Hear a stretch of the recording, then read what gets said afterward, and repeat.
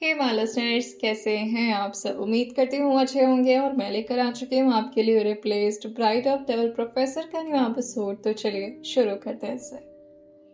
एक तरफ त्रिशा जो कि आराम से सो रही थी, अविराज उसके ठीक बगल में बैठे हुए थे और उसके अभी माथे पर धीरे धीरे अपने हाथों को सहला रहे थे।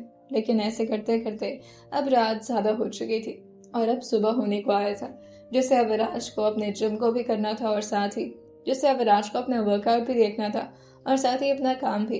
और वो वहां से उठ जाते हैं, लेकिन उठते उठते उन्होंने एक और बार त्रिशा का चेहरा देखा था, जैसे कि उनका मन ही ना भर रहा उस लड़की से। अब वो जाकर के थोड़ी देर वर्कआउट किए थे और लगभग इसी तरह से 1 घंटे बीत जाते हैं। अविराज अपने रूम में जैसे ही आए थे, वहां पर उनका फोन जो कि काफी तेज तेज रिंग होना अचानक ही शुरू हो गया था, जिससे वो फोन तुरंत ही उठाते ताकि त्रिशा की नींद न खराब हो जाए। वैसे कितने मुश्किल से सोई थी ये लड़की। अविराज ने फोन कान पर लगा दिया था और वो कमरे से बाहर निकल जाते ताकि त्रिशा को जरा भी डिस्टरबेंस ना हो। दूसरी तरफ इस वक्त विक्रांत था। वो काम को लेकर के अविराज की तरह बहुत ज्यादा वर्कोहॉलिक था। हाँ, दानिश भी था, मगर वो थोड़ा सा कामचोर था। विक्रांत जो अपने काम में लग चुका था और इस वक्त उसका काम जो कि इलीगल बिजनेस से ज्यादा ही रिलेटेड होता था, या फिर किसी को अगर किसी की मदद की जरूरत हो तो हमेशा विक्रांत ही वहां पर पहुंचता था। और स्पेशली अगर कोई किसी के साथ गलत कर रहा हो, स्पेशली लड़कियों के साथ, तो वहां पर विक्रांत का मौजूद होना तो बिल्कुल लाजमी था। दूसरी तरफ विक्रांत जो कि अविराज को कुछ इम्पोर्टेंट बातें बता रहा था।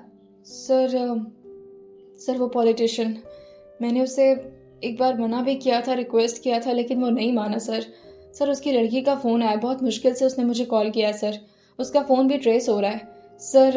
अगर उस लड़की को हम बचा नहीं पाए तो फिर वो लोग उसे बेच देंगे सर क्या करे सर, समझ में नहीं आ रहा। और मैं खुद अकेले ये चीज़ हैंडल नहीं कर पा रहा हूँ सर। आपको तो पता है उसका कनेक्शन। अविराज जो इस वक्त आराम से चेयर पर बैठे हुए थे और विक्रांत की बातें सुन रहे थे, लेकिन इतने आराम से जैसे कि उन्हें इस बात से ना तो ज्यादा डर लग रहा हो ना ही कोई फर्क पड़ रहा हो।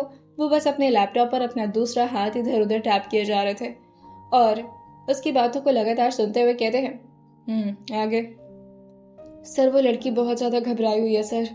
और सर बात तो ऐसी है कि वो लड़की खुद उनकी है भी नहीं सर, अडॉप्टेड है वो।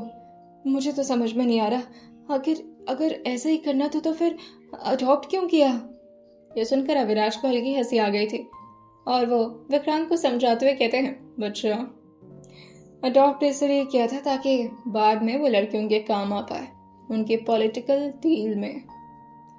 और अब उन्हें लगता है कि वो वक्त आ गया है, बट अब उन्हें ये नहीं पता है कि अविराज भी आ चुका है और ऐसा तो वो होने नहीं देंगे।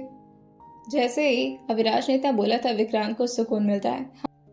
वैसे अभी मैटर कोई सॉल्व तो नहीं हुआ था, लेकिन अविराज जब भी इस तरह की बातें करते थे, अगर उन्होंने किसी काम में अपना हाथ डाल दिया तो वो चीज तो अब होनी ही है।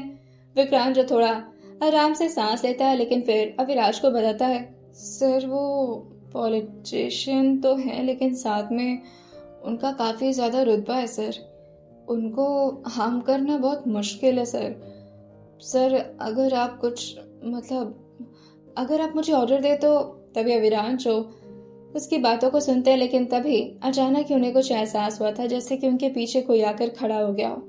और वो जैसे ही अपने ठीक सामने वॉल पर देखे थे, उनका वॉल जो कि इस वक्त पूरी तरह से ब्लैक कलर की टाइल से बना हुआ था, जिसमें इस वक्त किसी का चेहरा साफ तरीके से दिखाई दे सकता था और कोई बहुत डरे सहमे तरीके से उन्हीं की तरफ देख रहा था। इस वक्त त्रिशा उठ चुकी थी, अपने हाथों में पूरी तरह से चद्दर को लिए हुए वो अपने आप को कवर की हुई थी ताकि वो शीट उसको प्रॉपरली कवर कर पाए, क्योंकि त्रिशा के कपड़े उसके हिसाब से कुछ ज्यादा ही छोटे थे। लेकिन अविराज जो कि अपनी बात को जरा भी नहीं काटते और ना ही जरा भी इससे हिचकिचाते हैं, और वो बिल्कुल उसी चौड़ में कहते हैं, तुम परेशान क्यों हो रहे विक्रांत? तुम्हें क्या लगता है उसकी सिक्योरिटी हाई है या फिर उसके आसपास बहुत सारे लोग हैं उसे बचाने के लिए, तो वो बच जाएगा? तो मेरी मीटिंग फिक्स करो उसके साथ, घर में घुस के खोपड़ी उड़ाऊंगा उसकी, वो भी सामने बैठकर। उसे ऐसा नहीं करना चाहिए था। एक बार वार्निंग भी दिलवाई थी तुमसे, लेकिन उसने मुझे सीरियस नहीं लिया, and that's going to be the biggest mistake of his life. तो काम पर लगो। जैसे विक्रांत ये सुना था, वो अपने सर को तुरंत ही हाँ में लाते हुए कहता है, sir that's the best idea actually. Sir आपको पता है वो ना पॉलिटिकल डील्स के लिए बहुत ज़्यादा डेस्परेट रहता है सर। सर अगर हमें उसके सामने कोई ऐसी डील लेकर जाएंगे ना सर, मज़ा ही आ जाएगा सर। तो ठीक है, काम पर लगो और फ़ोन रखो, मुझे किसी और को हैंडल करना है। और ये बोलकर उन्होंने फ़ोन को काट दिया था। वहीं दूसरी तरफ पीछे खड़ी तृषा, जो कि अपने कांपते हुए होठों को बहुत मुश्किल से संभाल पा रही थी और साथ ही अपने हाथ को लगातार एक दूसरे के साथ रब किए जा रही थी। अविराज उसे रिफ्लेक्शन की तरफ देखते हुए कहते हैं, पहले क्या कम डर रही थी आप, अब तो कांपना शुरू कर देंगे आप मेरे सामने। और ये बोलकर वो चेयर से उठ चुके थे और जैसे पीछे मुड़ करके देखे थे, तृषा वहां से भागने को तो होती है, लेकिन अविराज ने अब उसे देख भी लिया था और अब उसका कोई फायदा भी नहीं था। तभी अविराज अपने गले को क्लियर करते हुए कहते हैं, क्या हो रहा था?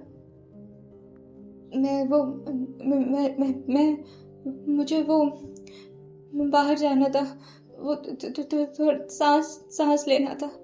अविराज उसकी तरफ एक एक कदम बहुत ही धीरे धीरे आगे बढ़ा रहे थे और उसकी बातों को भी लगातार सुनते जा रहे थे।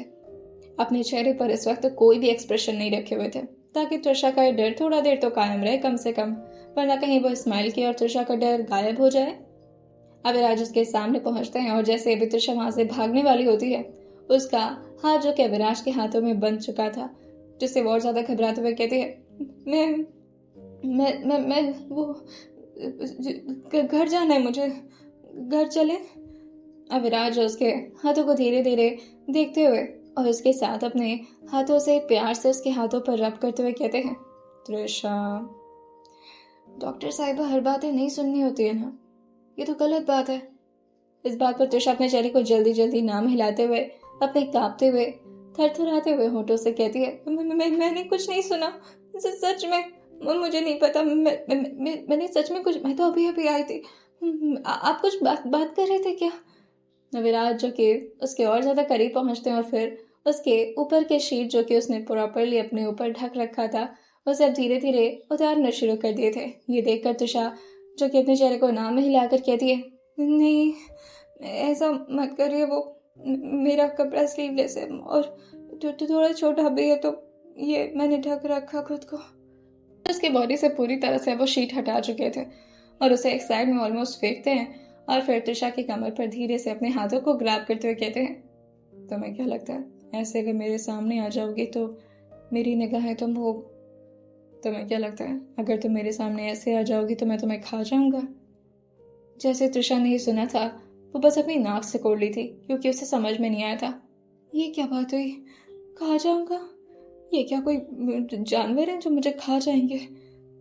अविराज जो कि देख पा रहे थे, तृषा बार बार पीछे की तरफ बेंड होने की कोशिश कर रही थी, क्योंकि अविराज के चेहरे उसकी तरफ आगे बढ़ रहे थे और जैसे अभी वो और ज्यादा बेंड हो पाती, अविराज उसे घूरते हुए कहते हैं, ठीक से खड़ी रहो।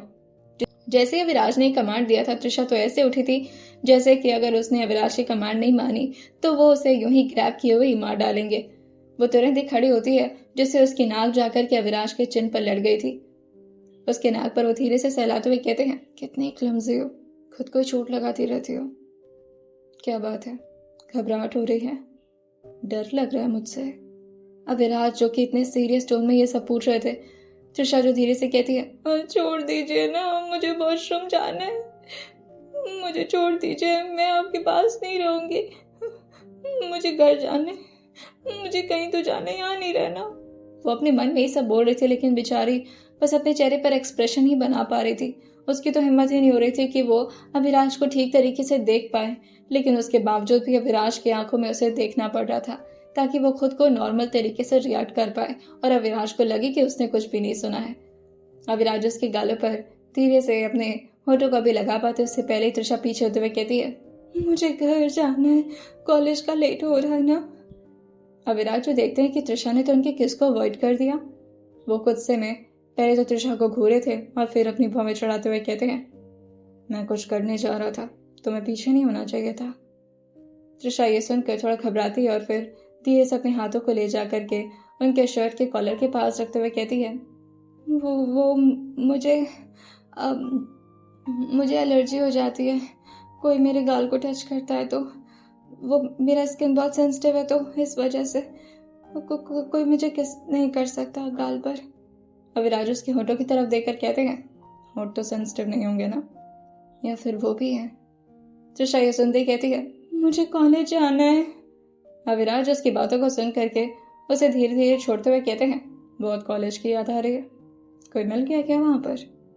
त्रिशा ये सुनकर जल्दी जल्दी अपने चेहरे को ना मिलाकर कहती है, नहीं, मैं जाऊँ, तैयार हो जाती हूँ, मैं तैयार, और हाँ शावर मैं घर पर ही लूँगी, आप बस जल्दी से चलिए। क्योंकि उसे लगा था अब तो बस मुझे घर ही बचा सकता है, वहाँ पर सारे लोग हैं, यहाँ पर तो कोई नहीं है, अगर गुस्से में ये मुझे मार डाले तो मेरी लाश भी बड़े आसानी से छुपा देंगे और किसी को भनक भी नहीं लगेगी। हे भगवान। जब भी वो भी कमरे से बाहर तो निकलती, लेकिन तभी आवाज आती है, चलो मैं भी आ रहा हूँ साड़ी पहनाने के लिए तुम्हें। त्रिशा ये सुनकर हैरानी से पीछे देखती और फिर अपने हाथों को वॉल पर ले जाकर के टिकाते हुए, क्योंकि वो खुद को संभाल ही नहीं पाई थी अविराज की बात सुनकर, वो धीरे से कहती है, नहीं इसकी जरूरत नहीं है, मैं खुद कर लूंगी, थैंक यू। लेकिन तभी अविराज जो आगे बढ़ते हुए कहते हैं, ऐसे कैसे, आज तो तुम्हारे पास फोन भी नहीं है जिससे तुम यूट्यूब ट्यूटोरियल देख पाओगी, कम ऑन अपने हस्बैंड से अब कुछ तो काम करवाओ। जैसे ये बोलकर अविराज भी उसके ठीक पीछे लग गए थे। त्रिशा बहुत ही धीरे धीरे अपने कदमों को आगे बढ़ा रही थी, तभी अविराज पीछे से कहते हैं, अब तुम्हें लेट नहीं हो रहा है? अब त्रिशा को थोड़ी ना अविराज के साथ साड़ी पहनना था, वो तो बस इतना चाह रही थी कि वो जल्दी से यहाँ से निकल पाए। अविराज उसके साथ अब अपने बेडरूम में आ चुके थे और उसकी साड़ी को हाथ में लेते हुए कहते हैं, ये ब्लाउज और ये तुम खुद पहनोगे या फिर ये भी मैं ही? त्रिशा जो कि अविराज से कहती है, मैं इसे पहन कर आती हूँ, और ये बोलकर वो मुंह बनाते हुए बाथरूम की तरफ भाग गई थी। वो तो चाह रही थी कि वो साड़ी भी खुद से ही एडजस्ट कर ले, लेकिन अविराज साड़ी को अपने हाथों में ही लिए हुए थे और जब तक वो बाहर नहीं आ जाती वो चुपचाप ऐसे ही बैठे हुए थे। जैसे त्रिशा बहुत ही मुश्किल से अपने मुंह को धुलते हुए और अपने आप को हिम्मत देते हुए बाहर की तरफ निकल कर आई थी अपने ब्लाउज को पहने हुए, अविराज जो कि उसकी तरफ देखते हुए कहते हैं, क्या हुआ, तुम इतना शिवर क्यों कर रही हो, ठंड लग रही है तुम्हें? वो देखती है कि कमरा तो ऑलमोस्ट अंधेरे जैसा बन चुका है, जैसे कि यहाँ पर तो कहीं से लाइट ही ना आ पा रही हो। शायद अविराज जो कि उसके अनकंफर्टेबल पोजीशन को समझ पा रहे थे और साथ ही वो उसे नहीं चाह रहे थे इस तरह से देखना, क्योंकि त्रिशा को इससे प्रॉब्लम होती। अविराज जो उसके अब ठीक पास में आ चुके थे, उन्हें तो इस कमरे का कोना कोना पता था, जिसकी वजह से उन्हें तो यहाँ आने जाने में कोई दिक्कत नहीं होती। लेकिन त्रिशा जो कि इधर उधर अपने हाथों को लगातार घुमाए जा रही थी कि कहीं ऐसा तो नहीं कि वो भी किसी चीज से लड़ करके गिर जाए। तभी उसका हाथ जाता है विराज के मुंह पर और फिर वो कहती है, ये सब क्या है, इतना अंधेरा क्यों है, और ये कौन सी चीज है, ये दीवार है? अविराज उसे कहते हैं, मुंह है मेरा, हाथ हटाओ। और फिर वो उसके कमर पर अब धीरे धीरे साड़ी बांधना शुरू कर चुके थे। अंधेरे में साड़ी बांध रहे थे वो। त्रिशा ये सोचते हुए कहती है, आप क्या कोई ट्रेनिंग वेनिंग लिए थे साड़ी पहनाने की, मतलब दिख रहा है आपको? अविराज उसे कहते हैं, जो चीज मुझे देखनी होती है ना, वो चीज मैं देख ही लेता हूँ, फिर वो अंधेरा हो चाहे उजाला। जैसे अविराज ने इतना बोला था, त्रिशा जल्दी से अपने हाथों को अपने चेस्ट पर रख ली थी और फिर कहती है, हाँ आपको दिख रहा है कुछ, सच में? अविराज उसे धीरे से टर्न करते हैं और फिर उसके कमर पर हल्का सा पिंच करते हुए कहते हैं, शट अप, तुम पागल हो, तुम्हें लगता है मैं ये सब देखूंगा, हाथ हटाओ चेस्ट से। त्रिशा जैसे ही सुनी थी वो मुंह खोलते हुए कहती है, आपको दिख रहा है मतलब? अब उसको चुप करा दिया था विराज ने और फिर फाइनली उसको प्रॉपरली साड़ी तो पहना दिया था, लेकिन फिर लाइट्स को कमांड देकर के ऑन करवाते हुए कहते हैं, लेकिन इस वक्त अविराज जो कि उसके पल्लू को ठीक करने के चक्कर में उसके चेस्ट पर धीरे से हाथ रख दिए थे। वैसे तो उनका इरादा सिर्फ पल्लू ठीक करने का था, लेकिन त्रिशा को तो ये थोड़ा ज्यादा ही ऑकवर्ड लग जाता है, जिससे वो कहती है, मैं इसे खुद कर लूं। लेकिन तभी अविराज उसे घूरते हुए कहते हैं, मैं कर रहा हूं ना, ये बार बार नीचे क्यों सरक जा रहा है? और फिर ये बोल करके वो पल्लू को अब ऊपर की तरफ उसके चेस्ट के किए जा रहे थे और ये सारे एहसास जो कि त्रिशा को कुछ ज्यादा ही अजीब महसूस करा रहे थे। लेकिन फिर वो खुद को कंट्रोल करते हुए कहती है, त्रिशा नो। फाइनली अब अविराज ने उसकी साड़ी को पिन अप कर दिया था और प्रॉपरली उसे पहनाते हुए शीशे की तरफ दिखाकर कहते हैं, देखो लग रही हो ना मेरी बीवी। त्रिशा जो कहती है, हाँ पर अभी तो कॉलेज जाना है ना सर। अविराज उसकी बातों को सुनते हुए कहते हैं, जो तुम मुझे सर सर कह के एड्रेस कर रही हो ना, याद रखना, बहुत रिग्रेट करोगे इसके लिए। और ये बोलकर वो बाहर की तरफ निकल गए थे, क्योंकि वो तो तैयार हो चुके थे शावर लेकर के। त्रिशा जो बाहर की तरफ निकलती और अविराज के साथ अब वो गाड़ी में बैठ चुकी थी। तभी अविराज को दोबारा इस वक्त विक्रांत का एक कॉल आता है और वो खुश अविराज कार ड्राइव कर रहे थे, जिसकी वजह से वो स्पीकर से ही अपने ब्लूटूथ को कनेक्ट किए हुए थे। फोन रिसीव तो हुआ था, लेकिन अब उसे त्रिशा भी बहुत अच्छे से सुन सकती थी। अविराज जो विक्रांत का कॉल रिसीव करते हुए कहते हैं, क्या अपडेट है? दूसरी तरफ से आवाज आती है, सर उसकी मौत तो पक्का। मान गया वो इस डील के लिए, और वो चाहता है कि वो आपसे मिले। बाकी सर आप देख लीजिए क्या करना है। अविराज जो एक स्मोक लाते हुए अपने चेहरे पर कहते हैं, तुम्हें पता है इसके आगे क्या होने वाला है विक्रांत? लेकिन ये बोलते बोलते उनकी नजर पहुंचती अपने बगल में बैठे उसी लड़की पर, जो कि सारी बातों से बहुत ज्यादा ऑकवर्ड हो रही थी, और उसके घबराहट को अविराज ज्यादा देर तक तो देख नहीं सकते थे। वह तुरंत ही फोन को काटते हुए कहते हैं, चलो मिलते हैं विक्रांत, अभी इम्पोर्टेंट काम कर रहा हूँ। तभी विक्रांत पूछता है, सर अगर कोई काम हो तो सर आप मुझे बता दीजिए, मैं कर ले। तभी अविराज उससे हो लेकिन तभी अविराज जो कि उसको डांट लगाते हुए कहते हैं, अपनी बीवी को खुश कर रहा हूँ, इसमें तेरी हेल्प क्यों लगेगी मुझे? जैसे ही विक्रांत ने सुना था, वो तुरंत ही फोन को रखते हुए कहता है, oh oh sorry sorry sir, personal time, sorry sir. अरे बोलकर उसने खुद ही फोन कट कर दिया था। इस बात पर त्रिशा जो कि मुंह बनाते हुए धीरे से कहती है, ये क्या बात हुई? ऐसे कौन बोलता है डायरेक्ट? और ये कौन सा मुझे खुश कर रहे हैं? अविराज उससे कहते हैं, तो कर देते हो ना खुश, लगाऊं गाड़ी साइड में। जैसे त्रिशा ने सुना था, वो एकदम से दोबारा अपने चेस्ट पर हाथ रख लेती है। अविराज जो कि उसके सीने की तरफ देखकर कहते हैं, तुम्हारा दिल इतना कमजोर क्यों है? बात बात पर जोर जोर से धड़कना शुरू कर देता है। अब इसका कोई जवाब नहीं था त्रिशा के पास। वो चुप रहना ही बेहतर समझती और उसे साइलेंस खाए जा रहा था। अंदर ही अंदर ना जाने कितनी सारी बातें चल रही थी। ऊपर से अविराज को तो जैसे शर्म भी नहीं आती थी, त्रिशा के सामने कुछ भी बोल देते थे। और अब तो विक्रांत न जाने क्या क्या इमेजिन कर रहा होगा। इसी तरह से सोच ख्याल के साथ अब त्रिशा पहुंच जाती है अपने घर। लेकिन उसका तो घर, यानी कि अविराज का घर तो बहुत जल्दी ही आ गया था। ये देख करके त्रिशा हैरानी से कहती है, कल तो हमें इतना देर लग गई थी, आज हम यहाँ। अविराज उसे कहते हैं, ज्यादा सोचते हो तुम, चलो। वो अपने मेंशन में आ चुके थे, वो भी सिर्फ 2 घंटे के अंदर। त्रिशा जो कि इस बात से अभी भी हैरान थी कि आखिर कल वो कहाँ थी रास्ते में, जो कि उसे इतनी गहरी नींद आ गई और उसे पता तक नहीं चला। और न जाने क्यों उसका ओवर थिंकिंग वाला दिमाग अब दोबारा से शुरू हो चुका था, और साथ ही उसकी हरकतें जो कि अब बदलना शुरू हो गई थी। अविराज जैसे उसका हाथ पकड़े थे, उसका हाथ जो कि डर से थोड़ा ठंडा हो गया था, और त्रिशा जो कि अविराज की तरफ ही देख रही थी कि आखिर कहाँ कहाँ रखे थे ये शख्स मुझे। क्या कोई गलत काम किया मेरे साथ? आखिर मैं बेहोश कैसे हो गई? क्योंकि मुझे तो जरा भी याद नहीं है कि मेरे साथ क्या हुआ, कहीं कुछ। लेकिन त्रिशा जो कि अब क्या कर सकती थी, वो इस वक्त इस सब बारे में सोचती तो ऑब्वियसली उसे प्रॉब्लम ही होती। अविराज फाइनली आ चुके थे अपने घर के अंदर, और जैसे अभी वो अपना पहला कदम अंदर की तरफ रखे थे, अर्चना जी खड़े होते हुए कहती हैं, आप ऐसे कैसे चले जाते हैं बिना कुछ बताए? वो तो हमें दानिश और विक्रांत ने कुछ बता दिया तो हमें थोड़ा सा चैन मिला। हाँ बिना गजब करते हैं। अविराज जी सुनकर कहते हैं, आप लोग कितना डर जाते हैं? मैं तो अपनी बीवी के साथ था, और बीवी के साथ थोड़ा पर्सनल स्पेस तो चाहिए होता है ना। और ये बोलते हुए वो सबकी तरफ देख रहे थे, और सबके चेहरे का रिएक्शन बस ऐसा था कि सबके मुंह के कौर जो कि अभी तक तो वो लोग चबा रहे थे, लेकिन अब रुक चुके थे। वो त्रिशा से कहते हैं, तुम शावर लेकर आओ, मैं नीचे बैठता हूँ। त्रिशा जल्दी जल्दी अपने सर को बस हाँ मिलाई थी और बिना किसी से मिले जल्दी से कमरे के अंदर भाग चुकी थी। मृदुल जो कि उससे बात तो करना चाह रही थी, लेकिन तभी दानिश जो कि उसको रोक लेता है और उसके हाथ को पकड़े हुए कहता है, मेरे साथ ही बैठिए ना थोड़ा देर, अच्छा लग रहा है। त्रिशा कमरे में अंदर से दरवाजे को पहले तो बंद करती और फिर जोर जोर से सांस लेते हुए जाकर के शीशे के सामने अब वो चेयर लगाकर बैठ चुकी थी, क्योंकि उसका कदम में शायद वो शक्ति ही नहीं बची थी कि वो ज्यादा देर और खड़ी रह पाए। और फिर अपने दिल पर हाथ रखते हुए कहती है, नहीं ऐसा नहीं हो सकता, वो कुछ गलत थोड़ी ना करेंगे, लेकिन फिर भी ये बात तो मुझे जानना चाहिए ना कि आखिर मेरे साथ हुआ क्या था। ऐसे कैसे? मैं तो कभी इतना देर गाड़ी में सोती भी नहीं हूँ, सुबह से डायरेक्ट शाम हो गई थी।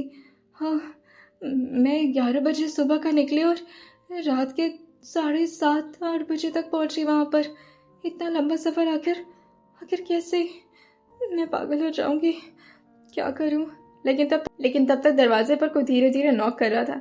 ये सुनते ही त्रिशा जो कि अपने दिल पर दोबारा से हाथ रख करके खुद को समझाती है, रिलैक्स तुषा, ये बात किसी को भी पता नहीं चलनी चाहिए कि तुम्हारे दिमाग में ये सब चल रहा है। और अभिराज जी को, उनको तो बिल्कुल भी नहीं। अब वो खड़ी होती और फिर बाहर की तरफ आकर के धीरे से दरवाज़ा खोलती थी।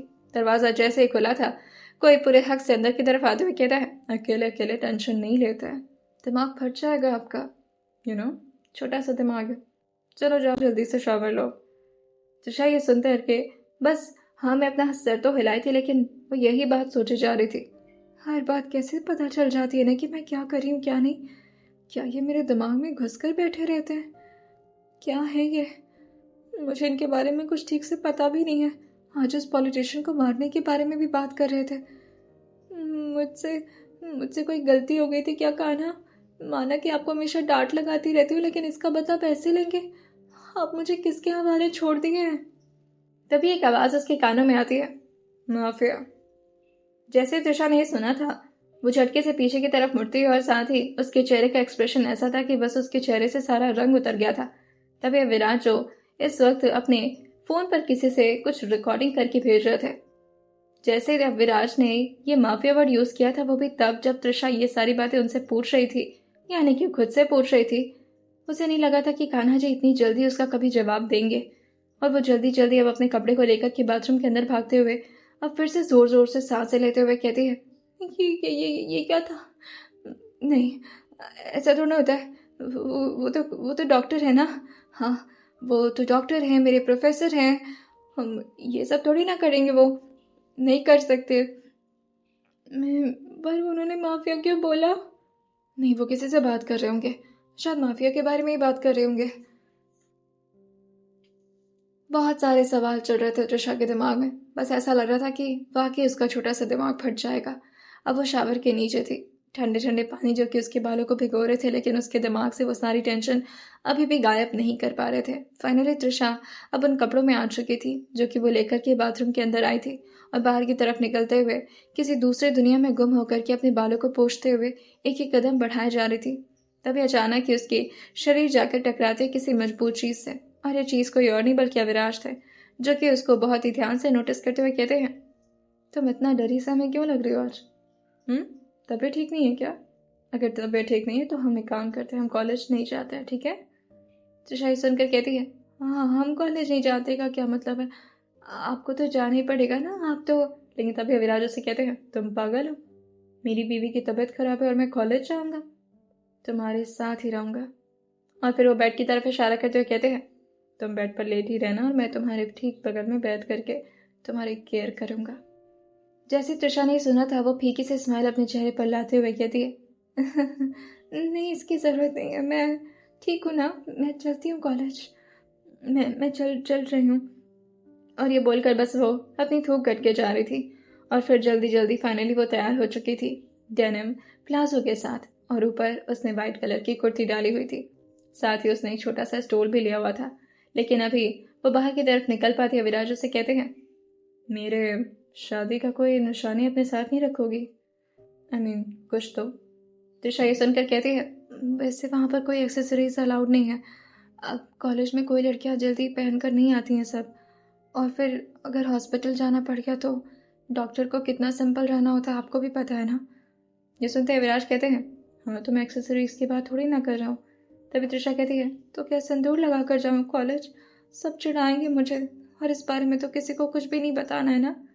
अविनाश उससे कहते हैं, क्या ज़रूरत है इस बारे में किसी को कुछ बताने की? ना रिलेशन किसी को दिखाने की ज़रूरत नहीं है। कहते हैं नज़र लग जाती है त्रिशा। जैसे त्रिशा ने सुना था, वो कहती है, काश लग जाती नज़र, काश लग जाती, बुरी नज़र लग जाती, इनसे दूर हो जाती, मैं अपने घर वापस लौट जाती। पता नहीं किसके चंगुल में आकर फंस गई हूँ मैं। और इनके साथ अगर मृदुल दी होती तो? मैं तो फिर भी इतनी स्मार्ट और इतनी इंटेलिजेंट हूँ, मेरी मृदुल दी तो कितनी ज़्यादा सीधी है। Thank you Kanha, thank you, आपने मेरी दीदू को बचा लिया, पर मुझे क्यों फंसा दिया यार। तभी अविनाश कहते हैं, तुम फिर से किसी और दुनिया में जा चुके हो, मेरे साथ बातें करते करते कहाँ खो जाती हो। त्रिशा अविनाश के चेहरे की तरफ धीरे से अपने गर्दन को घुमाते हुए कहती है, नहीं तो मैं तो यहीं पर। लेकिन तभी अविनाश से कहते हैं, तुम्हारा स्किन बहुत सेंसिटिव है ना। त्रिशा ने बस अपने सिर को इस बात पर हाँ में हिला दिया था। तभी अविनाश जो कि उसकी गर्दन के पास धीरे धीरे अपने ऑटो को ले जाते हुए कहते हैं, ये तो सेंसिटिव नहीं होगा, यहाँ पर तो कर सकता हूँ। जैसे त्रिशा ने सुना था वो भागना तो चाह रही थी, लेकिन तभी अविराज ने उसे काफ़ी ज़ोर से ग्रैब कर रखा था। और जैसे ही त्रिशा के गर्दन के पास अविराज के होंठ महसूस हुए थे, ऐसा लगा था जैसे कि उसके शरीर में कुछ अजीब सी हरकतें शुरू हो गई हों खुद से, और वो एकदम से अपने शरीर को कंट्रोल ही ना कर पाए। वो ज़ोर से अपनी मुट्ठी कसती और फिर अपनी आंखों को भी ज़ोर से बंद कर ली थी, और साथ ही उसके कंधे जो कि बार बार ऊंचे होने की कोशिश कर रहे थे ताकि वो अपने गर्दन को कवर कर पाए, लेकिन अविराज जो कि उसके शोल्डर पर अपने हाथों को रखते और लगातार उसे बुरी तरह से उसके नेक पर किस ही देते जा रहे थे। त्रिशा जो कि अब और ज़्यादा इस एहसास को महसूस नहीं करना चाह रही थी, और अब अविराज के होंठ जो कि धीरे धीरे उसके कानों तक पहुंच चुके थे, और कानों में आकर के वो बहुत ही धीरे आवाज़ में विस्पर करते हुए कहते हैं, यह है मेरी अमानत, इसे हमेशा अपने साथ रखना, और हर दिन कॉलेज जाने से पहले आपको इसे अपने साथ ले जाना होगा ताकि तुम्हें याद रहे पूरा दिन that you belongs to me। जैसे अविराज ने एक तरफ अपनी बातें खत्म की थी, लेकिन दूसरी तरफ त्रिशा का क्या हाल हुआ था। जैसे वो उससे अलग हुए थे, त्रिशा जो कि बहुत ही ज़्यादा इस वक्त गर्मी महसूस कर पा रही थी और साथ ही उसकी सांसें भी बहुत ज़्यादा बढ़ी हुई थी। वो जाकर कि थोड़ा देर तो चेयर के बैकरेस्ट को पकड़ ली थी और फिर अविराज को बार बार अवॉइड करने की कोशिश कर रही थी। अविराज जो कि धीरे से उसकी गालों को अपने हाथों से पिंच करते हुए कहते हैं, बाहर चलो, बहुत हो गया नाटक। तभी त्रिशा कहती है, मैं आ रही हूँ, वो बैग लेना। लेकिन अविराज जो कि उसे अपने हाथ में लेते हुए कहते हैं, तुम्हारी सारी बुक्स इसमें, बाहर चलो। त्रिशा कहती है, आप चलिए, मैं आती हूँ। अविराज जो कि बाहर निकलते निकलते कहते हैं, हाँ एक काम करो, तुम अच्छे से पहले तो सांस ले लो, वरना घर वाले क्या सोचेंगे कि मैं क्या करके आया हूँ तुम्हारे साथ कि तुम्हारी सांसें इतनी बड़ी हुई हैं। और हाँ, अपने चेहरे पर कुछ तो ऐसा लगाओ जिससे तुम्हारा ये ब्लश छुप पाए। इतना कौन शर्माता है, पूरा गाल टमाटर हो गया है। और ये बोलकर वो बैग लेकर के बाहर आए थे त्रिशा का, और साथ ही उन्होंने त्रिशा का फ़ोन भी लिया हुआ था। त्रिशा खुद को शीशे की तरफ मोड़ करके देखी थी और फिर हैरानी से कहती है, ये क्या है, मेरी तबीयत तो ठीक है ना। एक तो सुबह से नहीं कल से ही झटके पे झटके मिलते जा रहे, और अब ये सब, मुझे किस कर लिया। ओह गॉड, नहीं, भूल जाओ त्रिशा, भूल जाओ, कुछ नहीं हुआ। लेकिन अभी भी उसे अपने गर्दन पर अजीब अजीब सा कुछ एहसास हो रहा था, जिससे उसकी बॉडी अलग तरीके से मचलती जा रही थी। लेकिन बेचारी अब कैसे कंट्रोल कर पाती खुद को। वो बहुत मुश्किल से अपनी आंखें बंद किए हुए लगातार गहरी सांस लिए जा रही थी, लेकिन बार बार उसका हाथ जो कि जा रहा था उसी जगह पर जहाँ विराज ने उसे गर्दन पर प्यारा सा किस किया था। और उसे वो खुद जैसे एहसास तो ना करना चाह रही हो, लेकिन दिल उसका बार बार उसी वक्त को याद करना शुरू कर देता है। बहुत ही मुश्किल से त्रिशा नीचे की तरफ आई थी और यूं ही अपने हाथों को उसी तरफ अपने गर्दन पर लगाए हुए और सबसे मिलते हुए कहती है, मुझे ब्रेकफास्ट नहीं करना, मैं चलती। लेकिन तभी विराज उससे कहते हैं, बैठो और कुछ खा लो, ऐसे खाली पेट तुम्हें कॉलेज नहीं लेकर जा सकता। त्रिशा बस चुपचाप बैठ चुकी थी और वह इस वक्त जिस जगह पर बैठी थी उसके ठीक बगल में युग बैठा हुआ था। त्रिशा के चेहरे की तरफ देखकर कहता है, कैसी हैं आप त्रिशा। लेकिन जैसे अब कि हल्का सा अपने स्पून को धीरे से अपने प्लेट पर मारे थे, बहुत ही धीरे आवाज़ थी, लेकिन तभी युग जो कि समझ चुका था कि अपने अब इस एक्सेंट को चेंज करके दूसरे तरीके से, और साथ ही अब त्रिशा को त्रिशा नहीं बल्कि भाभी बुलाना पड़ेगा।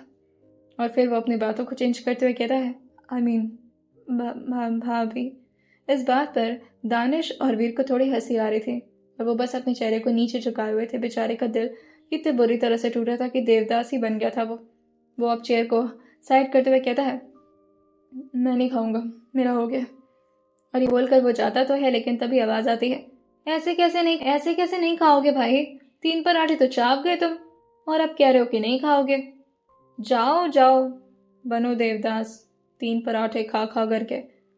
युग जो पीछे मुड़कर कहता है, नूर इट्स नॉट अ जोक। नूर जो अपने मुंह पर अपना हाथ रखते हुए कहती है, हाँ you are right, this is not joke, जाओ बनो देवदास। और ये बोलते हुए नूर को हंसी आ रही थी। तभी भी नूर की तरफ देखकर कहता है, दिल टूटा है बेचारे का, कम ऑन। नूर कहती है, वो भी कितनी बुरी तरह से, खुद के भाई ने धोखा दे दिया, जिसे पत्नी बनाना था, जिसके साथ गुलछर्रे उड़ा करके ऊट पटांग से सपने देख रहा था, बेचारे उसी को अब भाभी बुलाना पड़ेगा। तभी वीर कहता है, मुझे तो लगता है भाई जल्दी राखी बंधवाने वाले हैं उसके हाथों में, त्रिशा भाभी के हाथ से। इस बात पर नूर कहती है, पर तुमने तो पहले ही भाभी बोला था ना, आरोही भाभी ने बताया था मुझे। हाँ मतलब तुम्हें क्या सब कुछ पहले से पता था? दानिश कहता है, अरे चुप करो, ये बात किसी को पता नहीं चलनी चाहिए।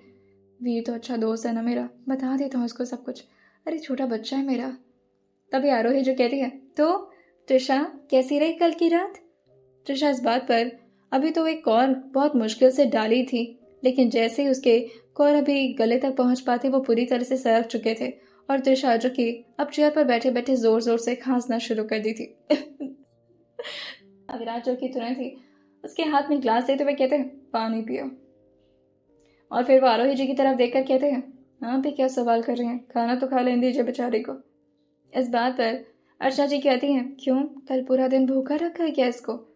और ऐसे क्यों खांस रही हो बेटा, सब ठीक है ना, तबीयत तो ठीक है तुम्हारी? त्रिशा जो कि अपने सिर को धीरे से हाँ मिलाकर कहती है, हाँ ठीक ठीक है आंटी। अविराज जो हल्का सा हंसते हुए कहते हैं, तुम भी ना त्रिशा, ज़रूरी थोड़ा ना हर बात बताई जाए। अब कल का जो भी हुआ, इट डजंट मीन कि तुम ये सारी बातें सबको बताना शुरू कर दोगी, और ना ही इस बारे में ज़्यादा सोचने की ज़रूरत है, भूल जाओ। जैसे त्रिशा ये सुनी थी, वो अपनी आंखें बड़ी तो करती है लेकिन साथ ही फिर उसे धीरे धीरे ब्लिंक करने लगी थी और अविराज की तरफ ऐसे देख रही थी कि ये किस बारे में बात कर रहे हैं। अविराज जो कि उसके हाथ के पास अपने हाथों को रखते हुए कहते हैं, इट्स ओके, सबके साथ ऐसा होता है, नहीं हो ना, धीरे धीरे आदत लग जाएगी। त्रिशा जो अपना हाथ पीछे की तरफ सरकाते हुए कहती है, हाँ हाँ हाँ हाँ हाँ। तभी आरोही जो हंसते हुए धीरे से अपने मुंह पर अपना हाथ रख ली थी और फिर कहती हैं, लेकिन फिर भी थोड़ा बहुत तो बताना। अच्छा छोड़ो कोई बात नहीं, वैसे आज तो इसी कमरे में सोओगी है ना? अविराज जो त्रिशा की तरफ देखते हैं और फिर उनके चेहरे पर भी अब हल्की हल्की स्माइल आने लगी थी और ये देख कर के दानिश और वीर दोनों के दोनों हैरान थे और साथ ही नूर भी इस वक्त अपने हाथ में अपना फ़ोन पकड़ चुकी थी और धीरे से वो अविराज का फोटो खींच लेती है, क्योंकि इस वक्त त्रिशा तो ब्लश कर रही थी लेकिन वो तो थोड़ा ज़्यादा ही परेशान लग रही थी। लेकिन अविराज उनके चेहरे पर बड़ी प्यारी सी स्माइल आ गई थी, वो भी इतने दिनों बाद के। नूर का मन कर जाता है कि वो इसे कैप्चर कर ले, इतना प्यारा मोमेंट। वो धीरे धीरे इस वक्त त्रिशा की तरफ ही देख रहे थे अपनी तिरछी निगाहों से। त्रिशा जो इस बात पर भी बस शांत रहती है। तभी अर्चना जी कहती हैं, अरे ऑब्वियस सी बात है, अब हस्बैंड वाइफ है तो एक ही कमरे में सोएंगे ना। हाँ एक ही कमरे में। वो भी खुद इस तरह से बोलना तो नहीं चाह रही थी, क्योंकि त्रिशा को तो उन्होंने कभी सोचा नहीं था कि वो अविराज की वाइफ बनेगी। आरोही कहती है, हाँ मम्मी जी, एक ही कमरे में, एक ही बेड पर, एक ही ब्लैंकेट के नीचे, है ना त्रिशा? तभी त्रिशा कहती है, नहीं मैं तो डॉक्टर बनने वाली हूँ, तो आप लोगों को तो पता है ना कितनी पढ़ाई करनी होती है, रात में सोता कौन है, पढ़ते ही रहते हैं। नविराज जो अपने सर को हाँ मिलाकर कहते हैं, प्रोफेसर के साथ रात भर कितनी अच्छी पढ़ाई हुई मुझे भी पता है, बेचारा बेड भी क्या सोच रहा होगा। ये सुनती त्रिशा कहती है, ये क्या क्या बोल रहे हैं?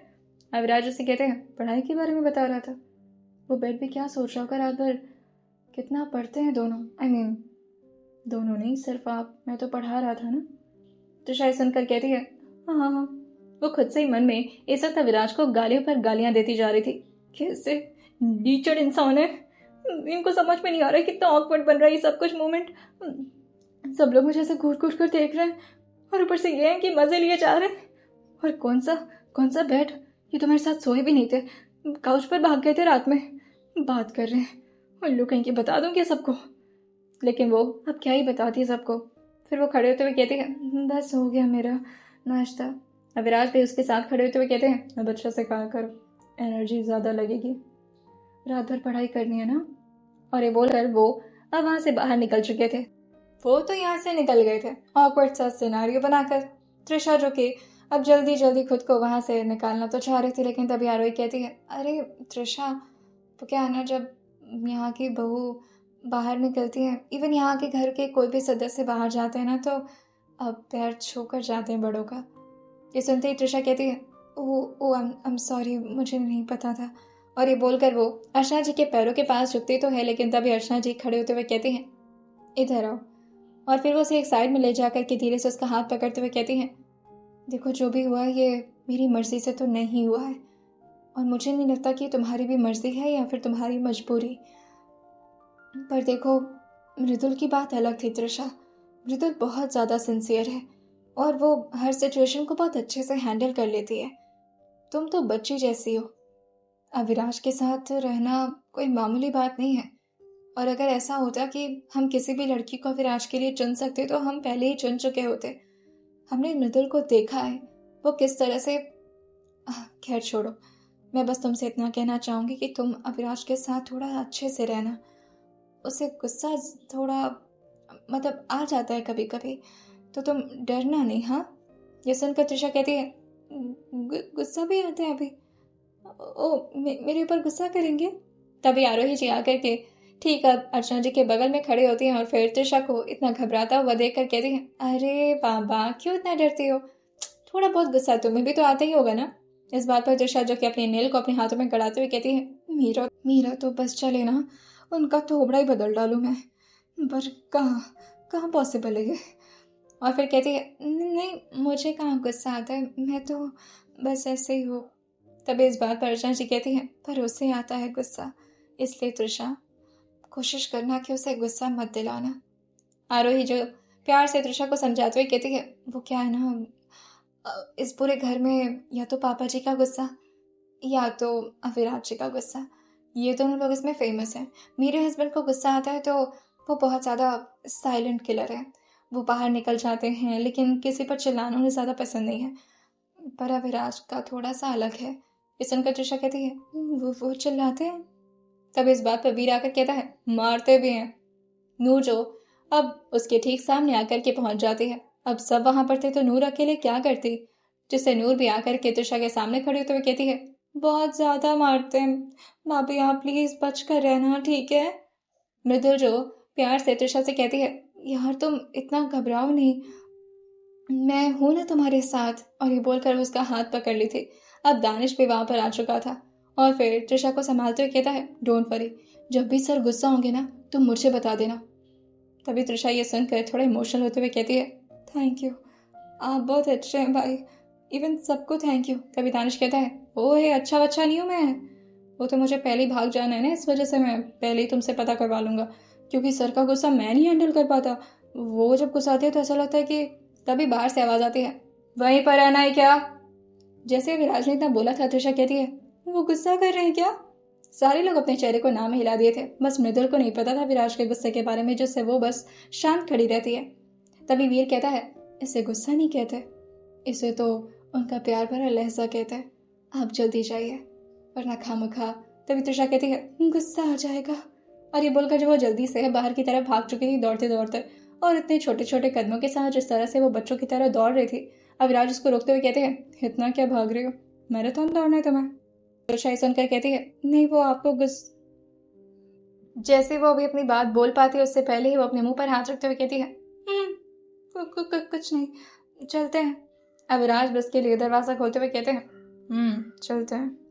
और वो आकर के पैसेंजर सीट पर बैठ चुके थे और त्रिशा से कहते हैं, जितना भी टॉपिक समझाया उसे रिवाइज कर लो, आज पूछने वाला हूँ क्लास में। ये सुनकर त्रिशा कहती है, आज आज क्यों? आज तो मेरा दिमाग काम नहीं कर रहा।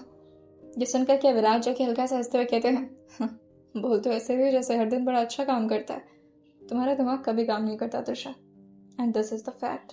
ये सुनकर त्रिशा मुंह बनाते हुए कहती है, अब इतनी भी बेवकूफ़ नहीं हूँ मैं, नीट पास किया मैंने। अविराज से कहते हैं, कितने सालों में? ये सुनकर त्रिशा कहती है, हाँ माना कि 2 अटेम्प्ट देना पड़ा, मगर इसका मतलब ये थोड़ा कि मैं उल्लू हूँ, और वैसे भी आपको भी तो देना ही पड़ा होगा ना 2 अटेम्प्ट। अविराज से फिर से देखते हुए कहते हैं, क्या सुनना चाहते हो मेरी तारीफ? ये सुनकर त्रिशा कहती है, नहीं मुझे नहीं सुनना। वैसे आपका कितने अटेम्प्ट में होता नीट क्लियर? अविराज जो कि इस पर थोड़ा देर तो पॉज रहते हैं और फिर त्रिशा का जवाब देते हुए कहते हैं, ऑब्वियसली पहले अटेम्प्ट में। ये सुनकर त्रिशा कहती है, हैं पहले अटेम्प्ट में? अब ओह वाह। अविराज से कहते हैं, तुम्हारे भी हो जाते लेकिन कोई बात नहीं, तीसरे अटेम्प्ट में भी पास करना इज ओके। ये सुनकर त्रिशा कहती है, आपको ये कैसे पता कि तीसरे वाले में हुआ था मेरा? अविराज जो त्रिशा की तरफ बिना देखे हुए जवाब देते हैं, तुम्हें तो अभी खुद भी नहीं पता कि तुम्हारे बारे में मुझे क्या क्या पता है। जैसे ही त्रिशा ने सुना था, वो ज़ोर से अभी जो किताब अपने हाथों में खोल कर रखी हुई थी उसे बंद करती और फिर उसे अपने सीने से ज़ोर से चिपका रही थी, जैसे कि ये बात उसे अंदर तक थोड़ा सा परेशान करती हो कि अविराज क्या जानते हैं उसके बारे में। और फिर वो थोड़ा सा इधर उधर घबराहट में देखना शुरू कर दी थी। तभी अविराज उसे कहते हैं, मुझे तो ये भी पता है कि तुम्हें चॉकलेट फ्लेवर आइसक्रीम बहुत पसंद है। ये सुनकर त्रिशा कहती है, आप इसकी बात कर रहे थे? अविराज उसे कहते हैं, हाँ, और मुझे ये भी पता है कि तुम्हें टेडी बेयर को चिपका कर सोना बहुत पसंद है। तुम्हें एस्थेटिक लाइफस्टाइल जीनी है, प्यारा सा छोटा सा घर चाहिए तुम्हें बड़े मेंशन या महल जैसे चीज़ों में कोई इंटरेस्ट नहीं है। तुम्हें गार्डनिंग बहुत पसंद है, तुम्हें फ्लावर्स काफ़ी अच्छे लगते हैं, तुम्हें नेचर बहुत पसंद है। और ये बोलकर वो त्रिशा की तरफ देखकर कहते हैं, वैसे तुम्हें स्विमिंग से बहुत डर लगता है, लेकिन तुम्हें स्विमिंग पूल देखकर अच्छा लगता है और उसे तुम्हें डेकोरेट करने का बहुत मन करता है। त्रिशा कहती है, ये तो मेरा बहुत अंदर वाला सीक्रेट है, ये बात तो मैंने किसी को नहीं बताया। मुझे ना स्विमिंग पूल में ऐसे फ्लावर्स वगैरह लगे होते हैं ना, वाह, वो कितना अच्छा लगता है। आपको पता है, मुझे ना ऐसे बहुत सारे फ्लावर्स लगे हों, फिर वो स्विमिंग पूल के पास छोटी सी जगह बैठने के लिए वो लकड़ी का जैसे बनता है ना, वो क्या बोलते हैं उसे। अविराज रोज के सिर पर धीरे से हाथ टैप करते हुए कहते हैं, कोई बात नहीं, तुम्हारी सारी ख्वाहिश पूरी करूंगा। त्रिशा ये सुन करके आप अपने चेहरे को दूसरी तरफ घुमा ली थी, क्योंकि इस बात पर उसके चेहरे पर हल्की से स्माइल आ रही थी और वो नहीं चाहती थी कि वो अविराज को इस स्माइल से थोड़ा बहुत भी रूबरू कराए, और वो बस दूसरी तरफ देखना शुरू ही कर देती है। अब धीरे धीरे करके कॉलेज नज़दीक आ रहा था और त्रिशा जो कि बस यही सोचे जा रही थी, इस कॉलेज में सबको कैसे कैसे फेस करूँगी, किसी को कुछ पता नहीं चलेगा ना। और फिर वो अविराज की तरफ मुड़ते हुए कहती है, एक तो मैं हर दिन आपके साथ आपकी गाड़ी में आती हूँ, सबको शक हो गया तो। अविराज उसे कहते हैं, तो हो जाने दो, क्या दिक्कत है। लेकिन त्रिशा ये कैसे होने दे सकती थी। वो अविराज से कहती है, पर मैं ऐसा नहीं चाहती, मुझे नहीं लगता कि ऐसे हमें हर दिन एक साथ गाड़ी में आना चाहिए। सब लोग ऐसे घूरते हैं ना, मुझे अच्छा नहीं लगता। त्रिशा जो कि अब नीचे उतर रही थी, और जैसे त्रिशा नीचे उतरी थी उसकी टक्कर हो जाती है किसी से, और जैसे ही वो अभी गिरने वाली होती है, शिवा ने उसे संभाल लिया था और उसके कमर पर अपना हाथ रख करके उसे ठीक से खड़ा करते हुए कहते हैं, ठीक हो ना। तभी विराज जो कि दूसरी तरफ से आते और शिवा के ठीक सामने खड़े होते हुए कहते हैं, वो ठीक ही रहेगी, मेरे साथ है, तू क्यों लड़बड़ रहा है। अब जो कि सिर्फ ऐसे इंसान थे जो अविराज की हाइट को मैच करा सकते थे। उनकी हाइट बिल्कुल अविराज के सिमिलर थी। उनकी आंखों में देखते हुए कहते हैं, बच्ची जैसी है वो मेरे, अगर मैं उससे ये बात पूछ लिया तो तुझे इतनी प्रॉब्लम क्यों रही है, चल कुकड़े इंसान।